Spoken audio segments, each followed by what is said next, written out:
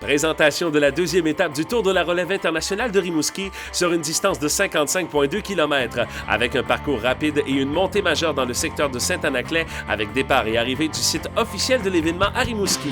Encore une fois, les vents ont donné du fil à retordre à nos cyclistes qui ont pu profiter d'un bon vent d'eau pour la première partie du parcours, mais d'un solide vent de face pour la seconde portion de la course. Quelques chutes sont d'ailleurs à signaler en raison des vents qui soufflaient de côté sur certains secteurs du parcours. Chez les cadets, la course s'est déroulée tout de même à haute vitesse avec une moyenne de 37,2 km/h. Plusieurs attaques menées de part et d'autre sont toujours reprises par le peloton qui est arrivé groupé au fil d'arrivée. Et c'est Brady Lee de Team Ontario qui remporte l'étape au sprint, enfilant les maillots jaunes de leader et vert du meilleur sprinter, tandis que Garrett Marking met la main sur le maillot à pois rouge du meilleur grimpeur. Ian Garrison reçoit quant à lui le maillot rouge du coureur le plus combatif à la fin de la course.